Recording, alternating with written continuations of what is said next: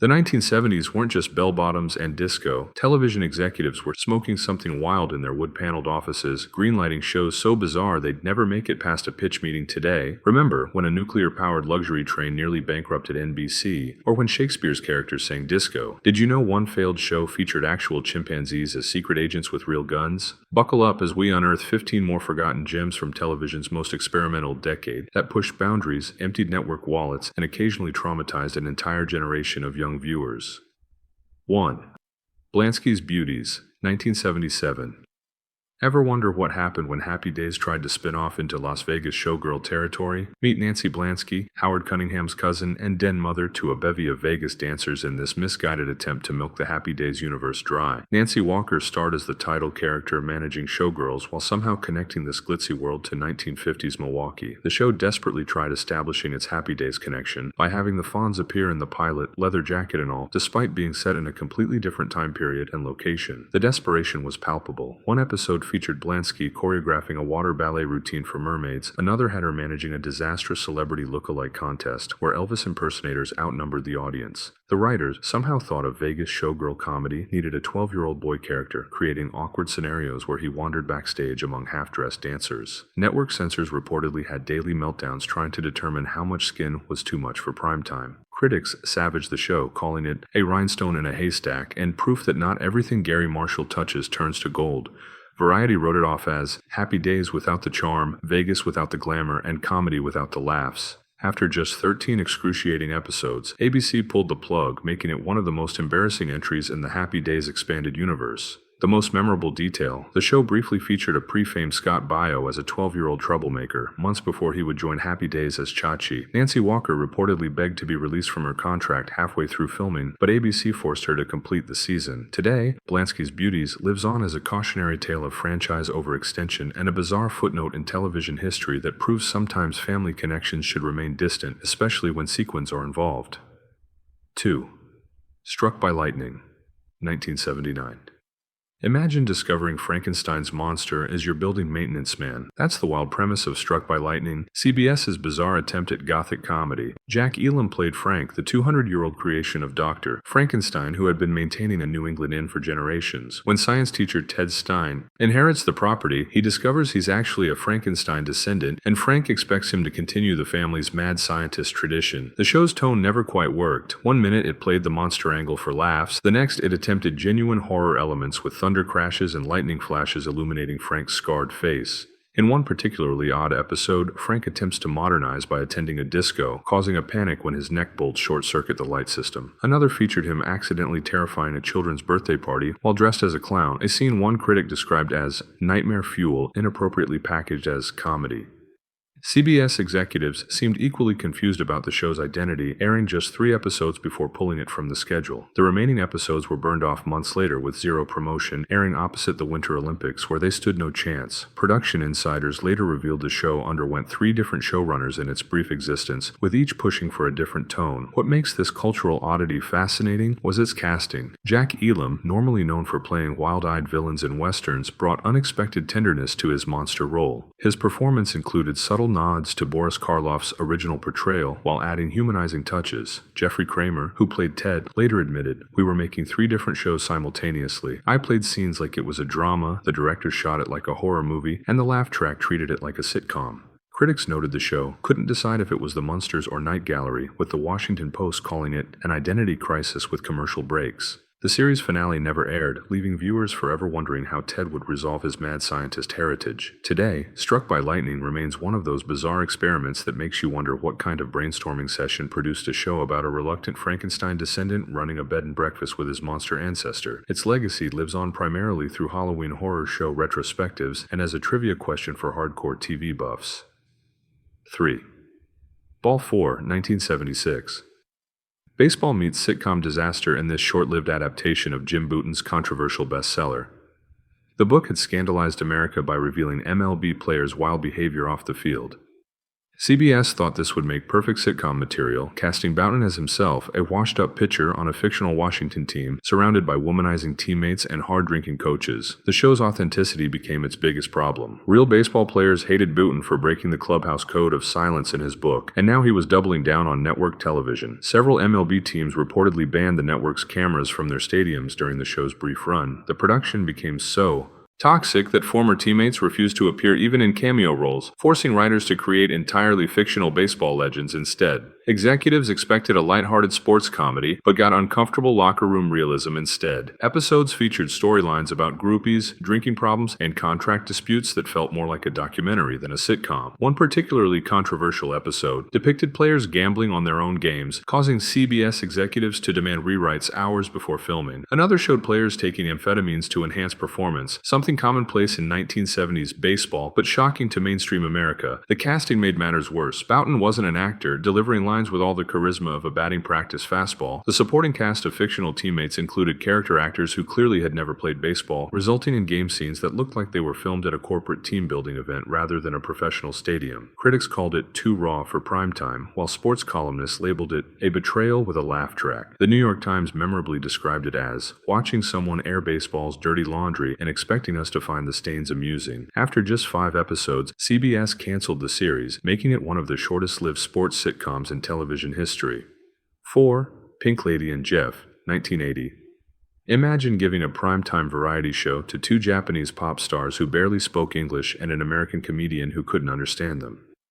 That's the mind-boggling premise behind Pink Lady and Jeff, NBC's desperate attempt to capitalize on disco fever just as the genre was dying. The network paired Japanese duo Pink Lady with comedian Jeff Altman, creating what TV Guide would later rank among the worst shows of all time. The format was painful. Me and Kay of Pink Lady would phonetically memorize English songs and comedy sketches, often clearly not understanding what they were saying. Altman looked perpetually uncomfortable, frantically trying to salvage sketches, while the duo smiled blankly. Each episode featured awkward musical numbers, painful comedy bits, and the recurring segment, Pink Lady Takes a Bath, where the women would literally take a bubble bath on camera while interviewing that week's guest star. Behind the scenes, the production was even more chaotic than what made it to air. The women required translators for every aspect of production, turning simple stage directions into elaborate games of telephone. NBC executives, desperate for a hit, kept demanding more revealing outfits and fewer cultural references that American audiences wouldn't understand. During one particularly disastrous episode, guest star Larry Hagman reportedly walked off set after being unable to communicate with his co-stars for an entire sketch. The writing staff resorted to physical comedy that required minimal dialogue, resulting in slapstick. Routines that felt like silent film gags with a disco soundtrack. The women's massive popularity in Japan made them unaccustomed to criticism, leading to tense standoffs when producers tried suggesting changes. Altman later revealed in interviews that he was never allowed to rehearse with the duo before filming, discovering their language limitations only when cameras were rolling. Critics were merciless, with one famously writing, "The only thing pink about this show is how executives' faces must look in retrospect." The Los Angeles Times called it the cultural equivalent of accidentally sitting on a fork, while Variety suggested it was proof that television has finally run out of ideas. After just 6 episodes, NBC canceled what would become television's greatest argument against international casting without language considerations. 5. The Waverly Wonders, 1978. Joe Namath may have been a football legend, but his sitcom career crashed harder than a quarterback sack. In The Waverly Wonders, Broadway Joe played Joe Casey, a washed-up former pro basketball player who takes a teaching and coaching job at a Wisconsin high school. His team was terrible, his teaching skills worse, and the show's ratings followed suit. NBC thought Namath's charisma would translate to sitcom gold, pouring millions into promotion and paying him a then astronomical $100,000 per episode. Instead, viewers got wooden acting and recycled sports movie cliches. Episodes centered around predictable plots like The Big Game, The Troublemaker Student, and The Stern Principal, who didn't approve of Casey's unorthodox methods. One particularly painful episode featured Casey teaching American history by comparing the Revolutionary War to the Super Bowl, complete with George Washington as quarterback. The supporting cast of student athletes looked noticeably older than high schoolers, with several in their late 20s trying to pass as teenagers. The basketball scenes were especially unconvincing, with obvious cuts between close-ups of Namath and wide shots of actual basketball players performing the difficult moves. Namath's limited range became painfully apparent whenever he had to express express any emotion beyond competitive determination, resulting in dramatic scenes that felt like timeout pep talks. Behind the scenes, Namath reportedly struggled with his lines and often appeared uncomfortable on camera, requiring multiple takes for even simple scenes. Writers constantly rewrote dialogue to match his delivery limitations, resulting in a lead character who communicated primarily in sports metaphors and motivational cliches. One staff writer later revealed they had a Namath difficulty scale for scripts, rating scenes based on how many emotions the football star would need to convey. The most remarkable aspect was how quickly NBC lost faith. After airing just 3 episodes, the network shuffled the time slot, then canceled it after only 5 additional episodes. Critics were brutal, with the Washington Post calling it a fumble, an interception, and an incomplete pass all at once. The New York Times suggested it was proof that charisma in one field rarely translates to another, while Chicago Tribune simply stated, Namath should stick to pantyhose commercials. 6. The San Pedro Beach Bums, 1977. Before Beach Bums became a reality TV staple, ABC tried turning the concept into a primetime sitcom with the San Pedro Beach Bums. 5 lovable misfits living on a rundown houseboat called Our Boat in San Pedro Harbor spent their days avoiding real jobs while stumbling into wacky adventures along the Southern California coast. The bums included smooth-talking leader Stuff, Stuart Pankin, perpetually dancing dancer John Mark Robinson, food-obsessed moose Christopher Murney, wannabe ladies' man Boy Chick Fred Willard, and eternal optimist Buddy Daryl Anderson. Their unambitious lifestyle was played for laughs as they took odd jobs, chased women, and philosophized about their pursuit of the perfect endless summer. The show's production faced unique challenges filming on water. The houseboat set frequently suffered from seasickness-inducing movement, forcing several reshoots when actors couldn't deliver lines without turning green. The harbor location created audio nightmares with boat horns, seagulls, and real fishermen constantly interrupting scenes. One episode was reportedly ruined when actual drunk beach bums wandered onto the set, not realizing a television show was being filmed. What made the show truly bizarre was its unexpected crossover episode with Charlie's Angels. In a ratings grab, Farrah Fawcett, Kate Jackson, and Jacqueline Smith guest starred as themselves, filming a beauty pageant at the harbor. Behind the scenes, this created a culture clash between the meticulously glamorous Angels production and the laid-back Beach Bums crew. Fred Willard later recalled, "Their makeup team brought equipment that cost more than our entire set, and they had more security guards than we had crew members." The crossover created the bizarre scenario of glamorous detectives interacting with slacker beach bums in what one critic called the most mismatched television pairing since the Harlem Globetrotters met Scooby-Doo. Another reviewer described it as watching thoroughbreds race alongside beach donkeys.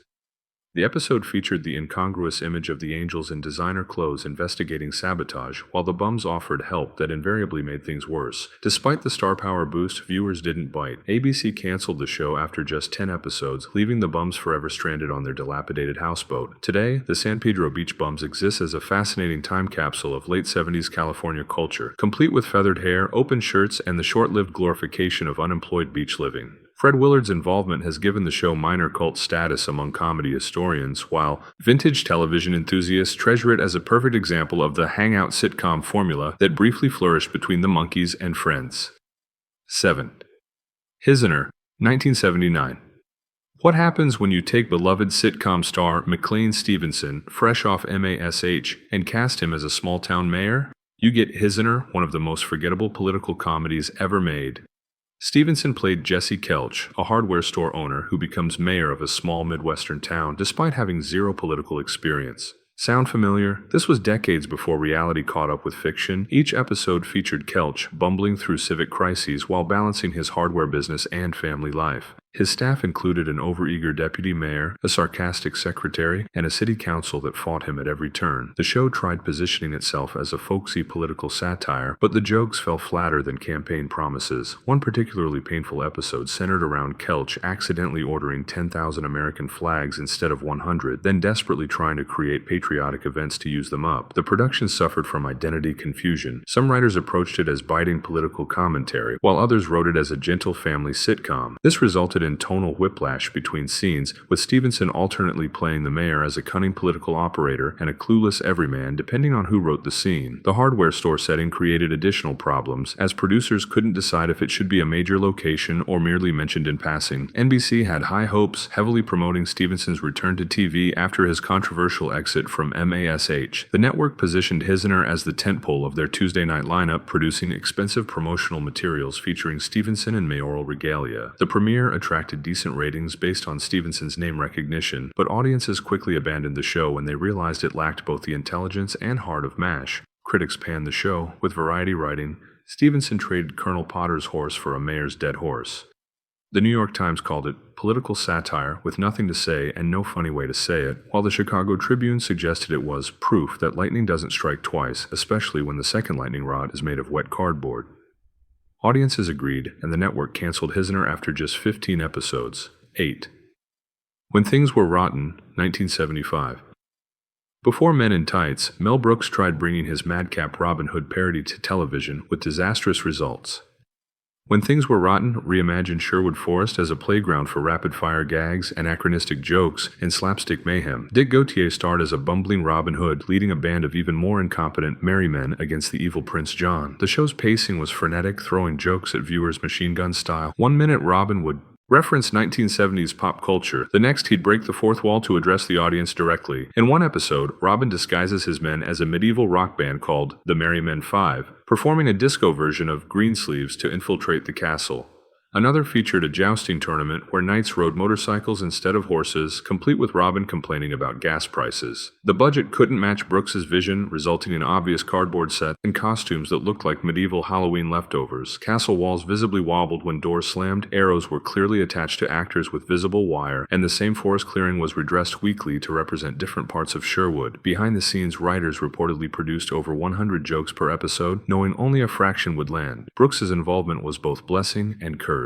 His comedy brilliance provided the show's best moments, but his film commitments meant he couldn't oversee day-to-day production. This resulted in episodes varying wildly in quality depending on which writers were assigned. The cast, primarily from stage backgrounds, sometimes struggled with the rapid-fire delivery required, leading to awkward pauses where laugh tracks were added to cover the silence. Critics were split. Some praised its anarchic energy, while others found it exhausting. One memorable review called it as subtle as being beaten with a turkey leg at a Renaissance fair. Variety described it as Monty Python without the restraint, while the New York Times suggested it was trying so hard to be funny that it often forgets to actually be funny. Audiences were equally confused by the show's manic energy, and ABC canceled the series after just 13 episodes. The cancellation devastated Brooks, who believed television audiences just needed time to adjust to his style. He was partially vindicated when Brooks later recycled many of the show's best jokes for his 1993 film Robin Hood. Men in Tights, proving the concept had merit, just not in 30-minute weekly installments. Several cast members reunited for the film, giving the failed series an unexpected second life almost 2 decades later. 9. Lucan, 1977 to 1978. Imagine Tarzan raised by wolves, then dropped into modern America with superhuman senses. That's Lucan, ABC's bizarre drama about a young man raised by wolves from age 10 to 20, then brought back to civilization. After a decade in a university research center, Lucan sets out to find his human parents while being pursued by a skeptical insurance investigator convinced he's dangerous. The show starred Kevin Brophy as the wolf boy, whose Lupian upbringing gave him enhanced strength, speed, reflexes, and night vision. When angered, his eyes would glow yellow and he'd unleash wolf-like growls. Each episode featured Lucan using his animal instincts to help strangers while evading capture and searching for clues to his origins. The special effects were laughably bad. Brophy's wolf eyes were achieved through yellow contact lenses and dramatic lighting. His super speed was depicted through cheap slow-motion effects of everyone else while he moved at normal speed. The wolf transformations involved nothing more than Brophy's contorted facial expressions and occasional stock footage of actual wolves inserted as cutaways. Behind the scenes, production was a constant struggle between those wanting scientific realism and others pushing for supernatural elements. One faction argued Lucan should be a scientifically plausible feral child, while others wanted him to possess magical wolf powers. This resulted in a confusing mix of nature, documentary facts, and fantasy elements that satisfied neither approach. Critics mocked these elements mercilessly, with one writing, "When Lucan's eyes glow, viewers' eyes roll." Another described it as the Incredible Hulk with fur instead of green paint, while Variety dismissed it as a concept better suited to Saturday morning cartoons. Despite the negative reviews, the show developed a small but loyal following among young viewers fascinated by its wild child premise. 10. Supertrain, 1979.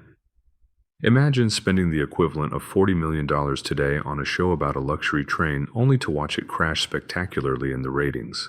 NBC's Supertrain stands as perhaps the most expensive television disaster of the decade. This love boat on rails followed passengers aboard a nuclear-powered cross-country supertrain, complete with swimming pools, shopping malls, and a disco lounge. The enormous budget went primarily to the train sets and detailed miniatures. When one of the model trains actually crashed during filming, rebuilding it nearly bankrupted the network. Inside the massive train, each week featured new guest stars entangled in stories ranging from murder mysteries to romantic triangles. The regular cast included Steve Lawrence as the entertainment director and Nita Talbot as a resident fortune teller. The concept was riddled with logical problems that viewers couldn't overlook. How did a train maintain a swimming pool without water sloshing everywhere during travel? Why build a nuclear-powered train when the energy crisis affected uranium too?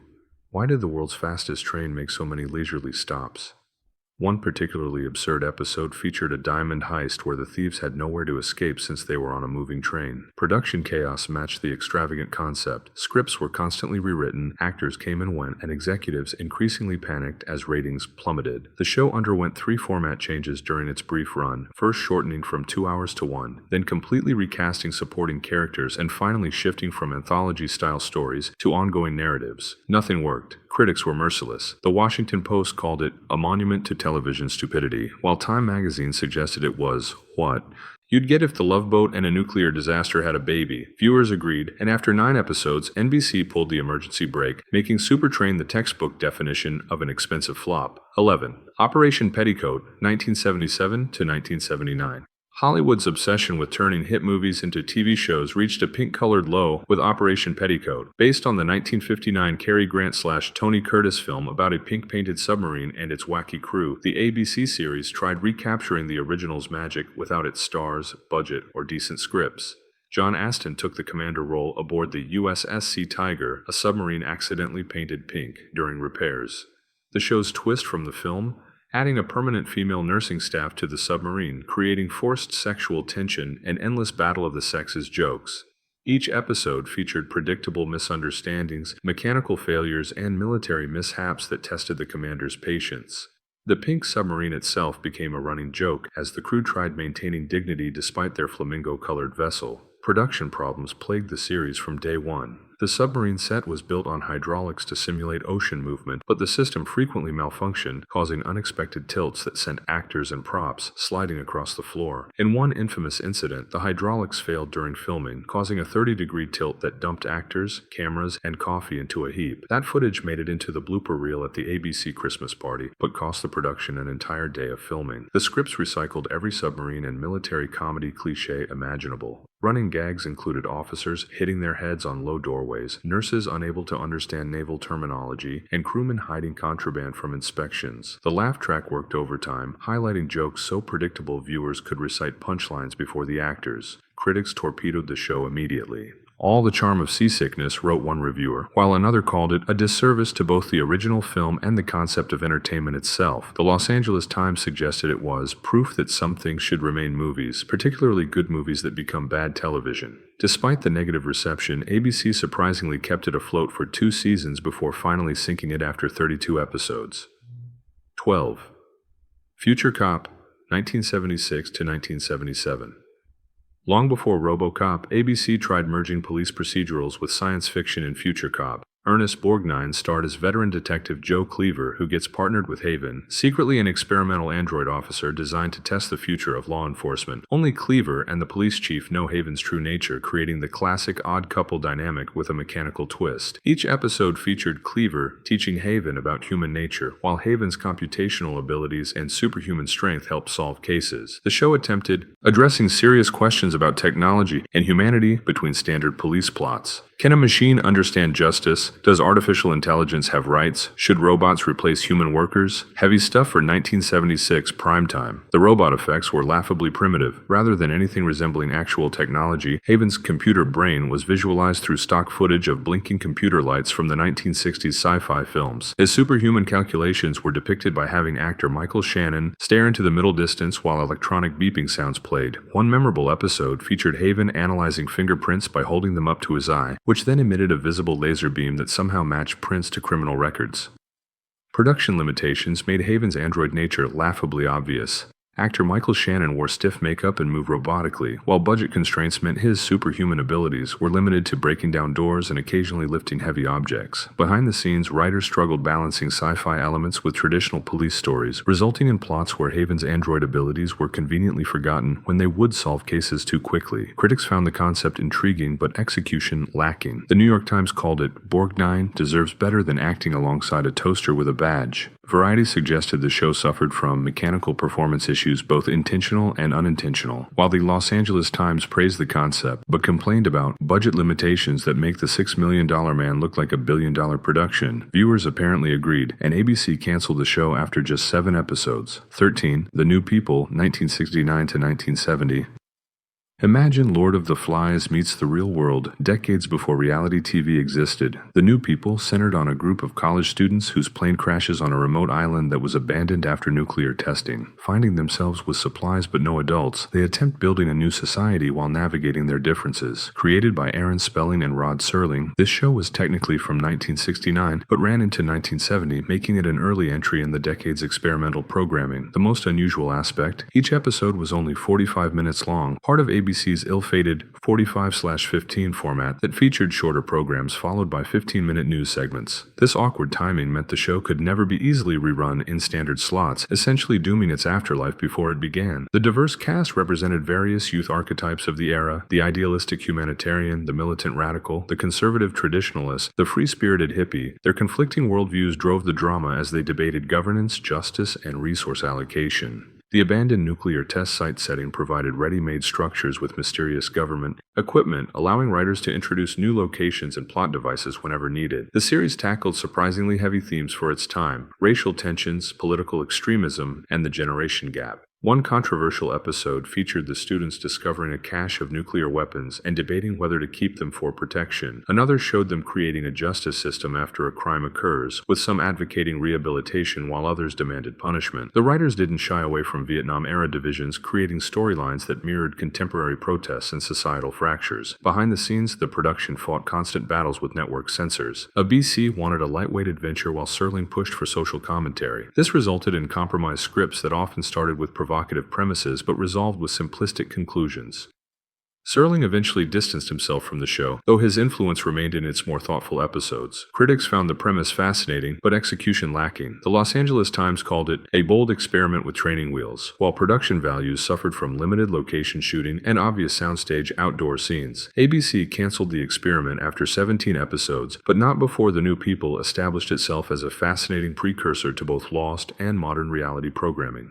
14. The Immortal, 1970 to 1971. Before vampire dramas saturated television, ABC briefly aired The Immortal, a series about Ben Richards, a race car test driver whose blood contains a miraculous antibody, making him immune to disease, aging, and apparently death itself. When a wealthy dying man discovers Ben's secret, he sends mercenaries to capture him for regular blood transfusions, forcing Ben to live on the run. Each episode followed the same formula. Ben would arrive in a new town, begin forming connections, help locals with a problem, then have to flee when the billionaire's hunters closed in. The show combined elements of The Fugitive with early scientific theories about immortality and aging. Star Christopher George brought rugged charisma to the role of a man cursed with the gift everyone wants. The philosophical core made this show uniquely thought-provoking for its era. Ben wasn't superhuman or invulnerable, just immortal, meaning he could still feel pain, suffer injuries, and experience emotional trauma. This created the existential nightmare of potentially living forever while watching everyone he cared about age and die. One particularly poignant episode showed him reconnecting with a former love now decades older, facing the reality that forming attachments meant inevitable heartbreak for an immortal. Production quality varied wildly. Chase scenes used obvious stunt doubles, while the medical aspects of Ben's condition involved actors looking seriously at test tubes filled with colored water. The show's science consultant reportedly quit after producers ignored his advice that blood transfusions couldn't transfer immortality, leading writers to add a vague genetic component explanation. Despite these limitations, the show developed a small but passionate following attracted to its philosophical questions about the burden of potential immortality. 15. It's About Time, 1966 to 1967. Technically from the late 1960s, but airing in syndication throughout the early 70s, It's About Time deserves inclusion for its sheer absurdity. Created by Sherwood Schwartz of Gilligan's Island fame, this sitcom followed two astronauts who accidentally break the time barrier and find themselves stranded in prehistoric times, living with a family of cave people. The high concept came with a catchy theme song explaining the entire premise. It's about time, it's about space, about two men in the strangest place. Astronauts Mac and Hector wore their spacesuits throughout their Stone Age adventures, creating visual comedy through the juxtaposition of modern technology and prehistoric life. Imogene Coca and Joey Ross played cave couple Shad and Gronk, speaking in broken English and marveling at modern inventions. The show's scientific accuracy was non-existent by design. Dinosaurs coexisted with cave people. Stone Age humans spoke English, albeit simplified. Cave dwellings featured modern conveniences inexplicably made from stone and animal skins. One particularly ridiculous episode showed the astronauts teaching cave people to play baseball using coconuts and dinosaur bones, creating the world's first World Series, thousands of years before its time. Midway through its only season, declining ratings prompted a desperate format change. Instead of astronauts trapped in the past, the cave family traveled to 1960s America, creating fish-out-of-water scenarios as prehistoric people encountered telephones, automobiles, and department stores. This reset completely abandoned the premise suggested by the title and theme song, creating viewer confusion that further tanked ratings. The production values matched the absurdity level. Dinosaurs were clearly iguanas with plastic fins glued to their backs, filmed in close-up to appear larger. The prehistoric setting consisted of obviously fake rocks on soundstage sand, with painted backdrops depicting primitive landscapes. Costume design amounted to animal print tunics and wild wigs that looked more like discount Halloween costumes than authentic prehistoric attire. Which of these forgotten gems triggered your nostalgia? Did you catch any of them during their original runs? Or are you thanking your lucky stars you missed Supertrain's spectacular derailment? Would any of these concepts work if rebooted with modern production values and without the limitations of 1970s network censors? Drop your thoughts in the comments below.